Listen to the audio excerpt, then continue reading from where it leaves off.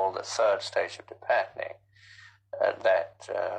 with that method, others would need 2 treatments a day, maybe for a week or longer, before they got to the third stage. What would characterize the third stage of depatterning? Well, the third stage, as defined by Cameron, was a loss of ability to orientate themselves. They knew who they were, but they didn't know where they were, and they didn't know what age they were. As you probably know, electroshock treatment has been given for depression for something like 40 years now. It's a very successful and useful treatment for severe depression that doesn't respond to other things. But depatterning is a use of electroshock treatment in a totally different way, in which instead of giving the shocks, say, 2 or 3 times a week, they're given 2 or 3 times a day for 3 or 4 weeks, reducing the patient to a sort of animal, vegetable state, from which it's hoped that they would recover in a more healthy state of mind. It didn't work. To put patients to sleep for up to a month at a time, Dr. Cameron used a combination of depatterning and large doses of drugs. Individual taped messages were repeated to sleeping patients 15 hours a day in an effort to brainwash them back to health. Now, Cameron reasoned, with their negative memories obliterated, positive suggestions could be implanted. Suggestions like, begin to assert yourself, express your anger. Dr. Cameron called his technique psychic driving. Bob Logie had driving therapy when he returned to the Allen in 1959.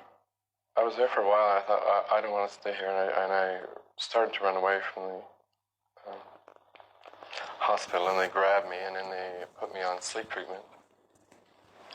And they kept you asleep for 23 days. And while I was asleep, they were shocking the heck out of me with electric shocks and playing tapes just over and over. I don't know what was on the tapes yet, but we're going to find out what was on the tapes through hypnosis. The CIA was interested in Dr. Cameron's work on psychic driving because it could give them an idea of where the personality could break or be stressed. Those of us who were involved with trying to find out something about brainwashing, yes, this is the reason that we were interested in Dr. Cameron's work. Patients came to the Allen Memorial Institute from all across Canada. Dr. Ewan Cameron, it was said, would give them the best psychiatric care money could buy. But some of the patients had no idea that a lot of their treatment, the LSD, the massive doses of electric shock, the sleep therapy, was highly experimental. When I was in the hospital in '59, my husband, that's when he told me he thought they were killing me, because he said that it was every day and there's a special treatment which he doesn't know. I think there was some sleep. I was always asleep. He used to call the hospital. I couldn't have any visitors for 3 weeks, you see. Hilda Bernston was at the Allen Memorial in 1959 as Dr. Cameron's patient. She's convinced that the sleep treatment she received was depatterning. Her memory remains severely damaged. Mrs. Bernston was an English war bride. She and her Canadian husband went to Montreal in 1945 to raise their family. After a nervous breakdown, she was hospitalized at the Allen. It's 3 weeks that was out of my life as far as I'm concerned, because I can't remember anything about it.